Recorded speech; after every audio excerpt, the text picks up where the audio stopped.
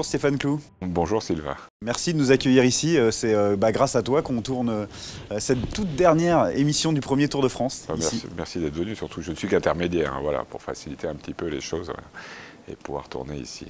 Alors on voit les maillots des Français volants, évidemment c'est ton ADN de hockey.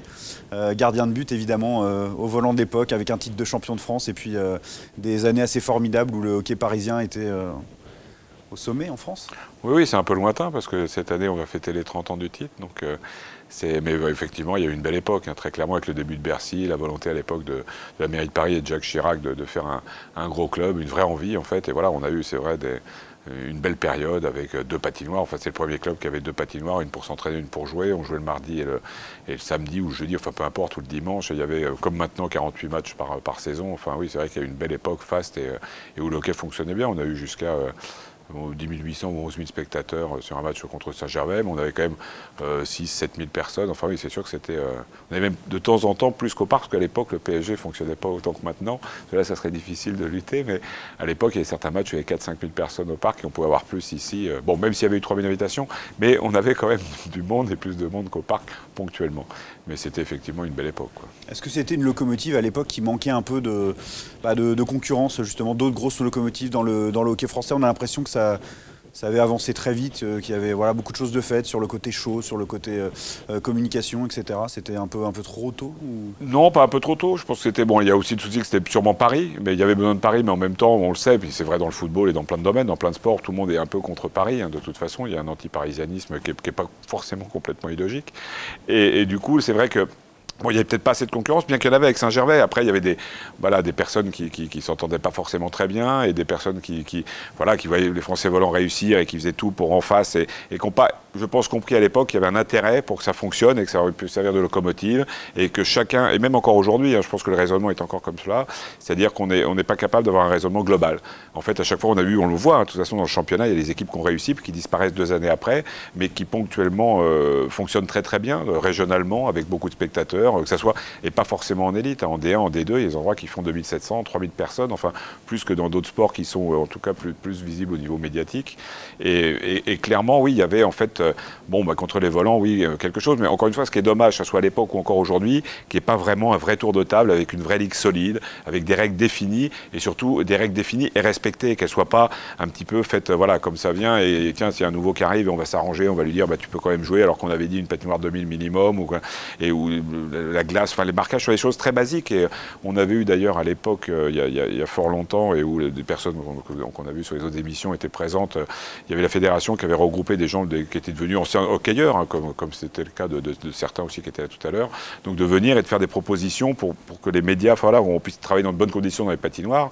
Sincèrement, on avait fait un cahier des charges assez simple et qui, sincèrement, n'a jamais été respecté, même avec des patinoires qui ont été construites depuis, et vous voulez mettre une caméra, vous n'êtes pas forcément le bienvenu parce que vous allez manger 20 places ou 40 places lors des playoffs. Et lors des playoffs, ce sont des patinoires qui ne font pas forcément le plein pendant la saison régulière, mais qui le font quand ils arrivent en playoffs. Et du coup, avec 3 caméras, vous n'êtes pas le bienvenu, en fait, alors que vous avez essayé de faire la promotion du sport. Donc oui, ça passe par un vrai cahier des charges, et encore une fois, qui ne soit pas bougé selon la personne à qui ça s'adresse, ou le club à qui ça s'adresse, pour l'arranger. Il faudrait qu'on soit un petit peu plus strict. Enfin, quand je dis on, c'est la fédération et une ligue forte, et qui respecte un règlement qui permette d'avancer et de définir, et avec un programme un peu plus long terme que 8 mois.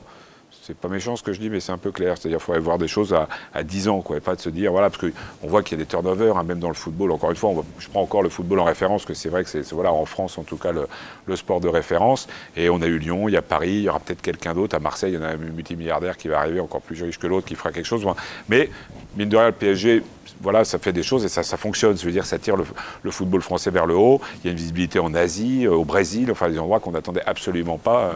Et sur le hockey, je pense qu'on ne l'a pas fait par jalousie d'autres clubs, mais une jalousie qui peut s'expliquer parce qu'il n'y a sûrement pas eu assez de discours à l'époque, et justement de dire, tiens, il y a un gâteau, il est grand comme ça, au lieu de le couper, on va le faire gros comme ça. Donc même quand tu auras une part comme ça, tu auras une part 3 fois de celle que tu avais aujourd'hui. Donc je pense qu'il y a eu toutes ces petites choses-là, mais et encore pour moi, à mon avis, qui ne sont toujours pas réglées pour permettre d'avancer et d'avoir une ligue forte et que tout le monde s'entende réellement, et que, on a l'impression à chaque fois que chaque club tire la couverture à soi. Enfin, c'est pas une impression, c'est une certitude.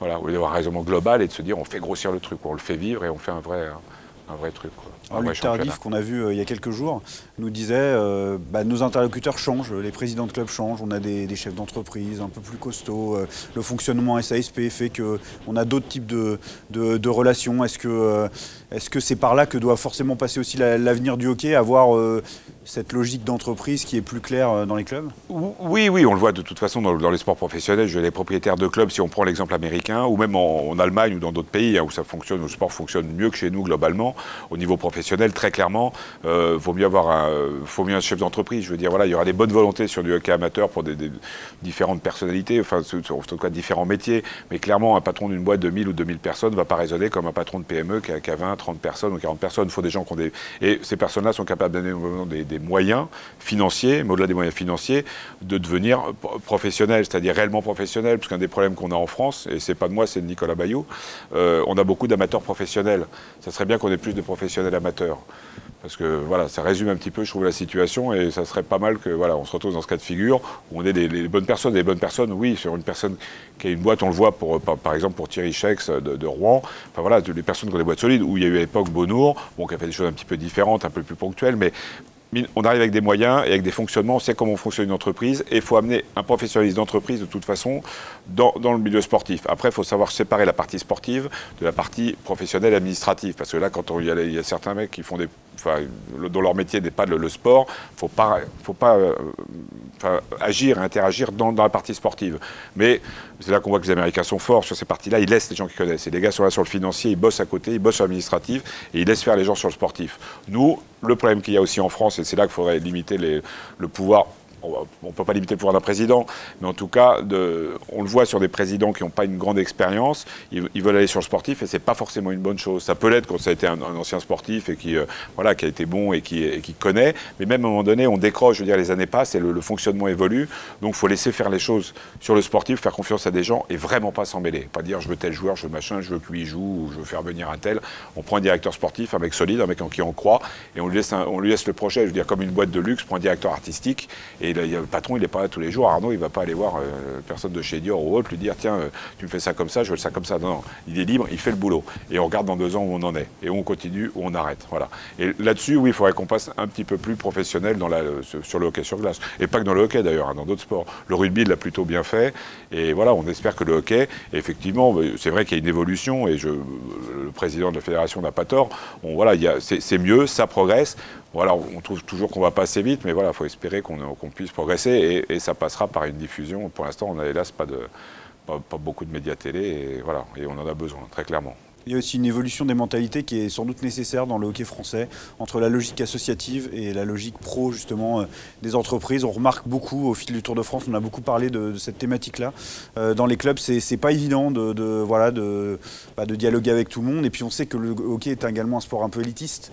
Donc c'est un sport qui coûte cher et que parfois ça peut laisser imaginer que quand on paye cher une licence, cher du matériel, voilà, on a un droit de regard derrière sur le fonctionnement du club. Oui, alors là je parle parce que j'ai été moi-même président des Français Volants pendant 8 ans, donc je connais bien le problème. C'est vrai qu'il faudrait s'inspirer aussi du système canadien. Il y a besoin du hockey amateur, il y a besoin du hockey des jeunes, enfin voilà, de la formation, c'est indispensable, parce que sinon tu n'auras jamais de pros, ou en tout cas tu auras des pros d'un autre pays, ou d'autres pays, mais pas de chez toi. Donc il faut qu'il y ait des ponts vraiment entre le hockey pro et le hockey amateur, mais il faut que ce soit totalement séparé. Si on veut que ça fonctionne, enfin totalement séparé, c'est-à-dire séparé, et après, voilà, des ponts dans un sens et dans l'autre, et d'aider le hockey pro doit alimenter par une manière ou par une autre, en payant déjà, puis en arrêtant de piller les joueurs, ce qui est fait maintenant dans le football depuis des années. Vous prenez un joueur, on voit aujourd'hui le transfert d'Mbappé a rapporté des ronds à Bobigny, je crois, ou je ne sais plus, ou à Drancy, voilà, sur le montant du transfert global, voilà, et là ça pousse à la formation. Mais c'est vrai qu'on avait des beaux clubs formateurs en France, on avait Viry-Châtillon, enfin, et qu'on disparu, Courbevoie, qui donnent plus de joueurs, alors que certains sont même en Ligue nationale aujourd'hui, et on a du coup, les clubs formateurs ont plus envie de former des joueurs. Tu passes ton temps à te faire piquer des joueurs et tu n'as plus d'argent, tu n'as même pas de quoi payer un entraîneur 1700 € sur 8 mois et demi pour continuer à former des jeunes. Donc oui, il faut de toute façon bien sectoriser, mais aider ce hockey amateur, et parce qu'il a toujours l'impression, et à juste titre, d'être abandonné, et quand il y a un bon, on le prend, puis les autres, on s'en fout. Alors il ne faut pas s'en foutre des autres, parce que les autres pourront jouer en D2, en D3, enfin il y a de niveau, il n'y a pas que l'élite, je veux dire, sur des milliers de joueurs, il faut donner la place à tout le monde. Il faut valoriser tout tout ça. Et c'est clair qu'aujourd'hui, on le fait pas suffisamment, très clairement. On ponctionne et on donne pas beaucoup. Même si, encore une fois, je trouve que ça a un petit peu évolué, et même plutôt pas mal dans certains clubs qui sont en élite depuis longtemps, où ils ont bien compris le système et où il y a une vraie évolution. Mais il faut tendre à ça, de toute façon. Enfin, ce que je pense maintenant. Et finalement, la composition des effectifs a énormément changé par rapport aux années 80. Bon, ça commence à remonter un peu, mais des équipes comme Tours et les Volants avaient une majorité de Français et quelques étrangers, souvent d'un excellent niveau, qui vraiment faisaient monter le niveau de toute l'équipe. Aujourd'hui, on a quasiment une moitié d'équipes d'étrangers dans toutes les équipes de Magnus, parfois même autant en D1, voire en D2. Et même encore beaucoup d'étrangers en D3 encore. Oui, puis comme il y en a 11 et que ça joue à 2 blocs, et c'est l'intégralité de l'équipe, parce que les 3 qui sont sur le banc, la 3e ligne, on ne les voit pas. Et, oui, effectivement, il y avait à l'époque plus de Français. Alors, ce qui s'est passé aussi, ce qu'il n'y avait pas à l'époque, c'est que ça jouait très peu à l'étranger. Les premiers sont partis il y a 30 ans. Maintenant, très régulièrement, dès qu'un joueur est bon à 17 ans, il va en Allemagne, il va en Suisse, il va au Canada, aux États-Unis, en Finlande. Enfin, je vais en nommer comme ça pas mal. Mais oui, donc là, oui, les bons joueurs partent justement parce qu'aujourd'hui, on n'a pas de quoi les retenir. Un joueur qui a envie de faire quelque chose, ok. Même un très beau joueur aujourd'hui, s'il veut en faire son métier, s'il part en Suède, il en fera son métier. Parce qu'il va gagner sa vie. Là, un joueur professionnel français en France, au hockey, c'est compliqué, surtout s'il s'arrête à 30 ans. Il aura mis 0, il sera peut-être endetté même pour pouvoir se payer son appartement, sa voiture et faire vivre son premier enfant. Donc très clairement, oui, voilà, il faut de toute façon que les moyens augmentent pour pouvoir réussir à augmenter le niveau de toute façon, et aussi surtout garder nos bons joueurs, parce qu'on a je ne sais pas combien de dizaines de joueurs qui sont à l'étranger à l'heure actuelle. Et tant mieux pour eux. Hein. Mais il faudrait faire ce qu'il faut justement pour que ça continuera, et plus il y en aura, mieux c'est, mais qu'on soit capable dans 5 ans ou 6 ans d'en faire revenir en France au maximum, parce que ces joueurs-là tireront le niveau vers le haut, très clairement. Oui. Il y a un vrai débat aussi sur le fond. Est-ce qu'on doit accepter que le hockey français ne permet pas à ces joueurs, la grande majorité de ces joueurs, d'en vivre, du moins dans le temps, et du coup travailler beaucoup sur la reconversion professionnelle, sur insister sur les études à côté, etc. Ou est-ce qu'on doit continuer d'espérer, de tendre vers du pur professionnalisme? Non, il faut les deux, comme l'a fait le football, comme le fait le rugby, mais pareil, parce qu'il y a des moyens. À un moment donné, le problème qu'il y a, c'est que la formation coûte très cher. Donc de toute façon, le problème des clubs, c'est qu'on est toujours, on le voit, hein, si on prend les derniers titres de champion, et ce qui s'est passé 2-3 années pour certains qui ont disparu, sans les nommer, ça sert à rien. Mais tout l'argent, dès qu'on a un peu de sous, et c'est là que c'est pas raisonnable, c'est que le règlement n'est pas assez sévère, c'est-à-dire qu'il y a un joueur de libre, qu'on en reprend en plus, là, on se fout dans le jus, et en fin d'année, on a moins 100 000. Non, il faudrait imposer, je pense, des sommes bloquées, de toute façon, déjà, un peu comme dans les ligues pro, mais prendre les formats qui existent, encore une fois, en Suisse, en Allemagne, aux États-Unis. Il ne faut pas prendre que la NHL, parce qu'il y a d'autres championnats que la NHL, et de bloquer des ronds pour la formation, de bloquer des ronds, et là, tu es validé en élite. Tu es validé en élite parce que tu as mis 50 000 € pour la formation, tu as mis 100 000 € de côté aussi pour des sanctions financières qui devraient être toujours les mêmes et qui ne devraient pas s'adapter à des événements X ou Y, comme je disais tout à l'heure, selon l'interlocuteur et selon le club, pour pas l'ennuyer, on va faire ça, on va lui retirer des points plutôt que de lui prendre de l'argent, ou etc. Enfin, à un moment donné, il faut qu'il y ait un règlement ferme. Et voilà. Et sur le financier, très clairement, faut qu'il y ait de l'argent bloqué quelque part, une vraie ligue. Et au même titre, on doit aider, comme il y a encore une fois, le football, le rugby ou autre, et aux États-Unis aussi dans les ligues, c'est-à-dire qu'il y a de l'argent qui est mis de côté pour les joueurs qui sont au chômage en début de saison, quoi. Pour les aider, il y a un fonds, mais tout ça demande, tout l'argent ne doit pas être consacré en permanence à l'achat de joueurs étrangers ou français, peu importe, en disant tiens, lui il est libre, top, je le top. Non, tu peux plus. Là, tu es vraiment surveillé, et une vraie commission de contrôle où les gars peuvent pas faire ce qu'ils veulent. Et souvent, ils laissent n'importe quoi, parce qu'au début, les personnes disent bien évidemment on est capable de le faire financièrement, puis on voit que 2 ans après, ça ferme, ou qu'il n'y a plus une thune, ou que c'est un gars dans son coin qui a décidé de signer tel joueur et qui l'a pris, et puis même son président n'est pas au courant. Enfin, on a des cas de figure juste invraisemblables à l'heure actuelle en France, même encore aujourd'hui. Mais tout ça, ça passe sincèrement par un règlement hyper rigoureux et sur lequel on lâche rien, et que chaque ligne doit être écrite, chaque cas de figure, enfin voilà, et ne pas s'amuser, le mec qui en sort, badaboum. Et de toute façon, comme il aura eu une somme X bloquée sur les comptes de la Ligue, et c'est l'ensemble des présidents, là, toi t'as fait le con, on te retire ça, et c'est pris, et ça part sur le fond des joueurs, ou ça part sur de la formation, mais voilà, il faut qu'on ait une répartition, en tout cas, des budgets des clubs, qui soit faite totalement différemment de ce que c'est aujourd'hui, si on veut arriver à des choses comme on évoquait là, quoi, très clairement. Alors la formule va sûrement te plaire, mais pour mettre en lumière le hockey sur glace, aujourd'hui, il faut travailler sur quelle thématique principalement? Oh, j'ai pas toutes les solutions, mais enfin, toutes les idées en tout cas, mais très clairement, il faut évoluer, et je continuerai dans ce que je disais tout à l'heure, c'est-à-dire qu'il faut voilà, de la rigueur déjà je reviens sur ce qu'on avait fait il y a quelques années au championnat du monde à Grenoble, d'écouter tout le monde surtout, c'est-à-dire d'écouter et puis d'appliquer après, pas d'écouter, de dire oui, puis de partir 2 heures après, puis de faire différemment, c'est-à-dire que mettre un cahier des charges pour que la télédiffusion soit correcte, pour accueillir les médias, pour accueillir les sponsors, enfin voilà, encore une fois, tout un cahier des charges et faire un règlement global, pas que sportif, mais global permet de définir un fonctionnement professionnel. Professionnel ne veut pas dire argent, ça veut dire fonctionnement professionnel. Et l'argent viendra. Parce que si on continue à être amateur comme on est là, en payant des amateurs, je pense qu'on n'y arrivera pas. Il faut payer les bonnes personnes, comme dans la com, comme dans tous les domaines, et pas dire « Ah ben j'ai un pote à côté, ah ben oui, il a fait le catalogue de mon voisin, là il fait des pluches ou je sais pas quoi, il va nous faire le maillot. Ouais, super, puis ton maillot il est dégueulasse. Non, prends un mec qui fait une créa, tu vas la payer 10 000 balles, mais ton maillot il a de la gueule, et en merchandising, tu vas le vendre, ton maillot. » Donc tout ça, voilà, c'est vraiment un raisonnement global pour qu'il y ait un fonctionnement et c'est là qu'on en revient à ce dont on parlait tout à l'heure également, sur un fonctionnement d'entreprise, quoi. Un raisonnement de rentabilité. Parce qu'il faut arrêter de faire des budgets aussi, on finit à zéro. Une boîte, il faut qu'elle fasse des bénéfices. Une boîte qui ne fait pas de bénéfices, elle meurt. Elle meurt, c'est pas compliqué, elle se casse la gueule, ça dure un moment, et ce qui se passe pour plein de clubs français de hockey, et pas que de hockey, et d'un coup, badaboum, parce que t'as pas l'année où ça va mal, t'as pas les 200 ou 300 ou 500 ou peu importe les budgets, ou 10 millions de côté quand c'est des budgets à 100 millions, mais t'as pas une somme qui te permette de voir venir quand la tempête elle est un peu là. Là, nous, s'il y a une vaguelette, c'est fini, on se retourne. Donc, et un tsunami, on n'existe plus. Donc voilà, c'est-à-dire que voilà, tout ça, encore une fois, c'est de rentrer dans un fonctionnement bien plus professionnel. Alors je finis toujours les entretiens en tête-à-tête par cette question très vaste évidemment sur l'avenir du hockey français, ce qui doit aujourd'hui être priorisé. Alors tu as répondu un petit peu au travers de toutes tes réponses avec ta vision du hockey d'aujourd'hui. Voilà, si tu devais donner une piste là, prioritaire d'évolution du hockey français, ce serait quoi? L'équipe de France au JO, ce serait plutôt voilà, des critères liés à la formation, ce serait plutôt l'organisation des clubs, ce que tu disais? Je vais reprendre un peu ce que j'ai dit, mais c'est l'ensemble des choses. C'est-à-dire qu'il faut que ça marche au niveau amateur, il faut que les gens soient contents, il faut qu'il y ait une belle visibilité au niveau médiatique, presse, papier, enfin, Internet, tout ce qu'on veut, enfin tous les médias possibles. Il faut effectivement qu'on ait une équipe de France, mais une équipe de France qui est assez forte, qui je pense, est plus forte que le niveau de notre championnat. C'est-à-dire, mais encore une fois, parce qu'ils sont formés à l'étranger, et que 80% de notre équipe nationale aujourd'hui sont des joueurs qui jouent à l'étranger, pour pas dire un peu plus que 80%.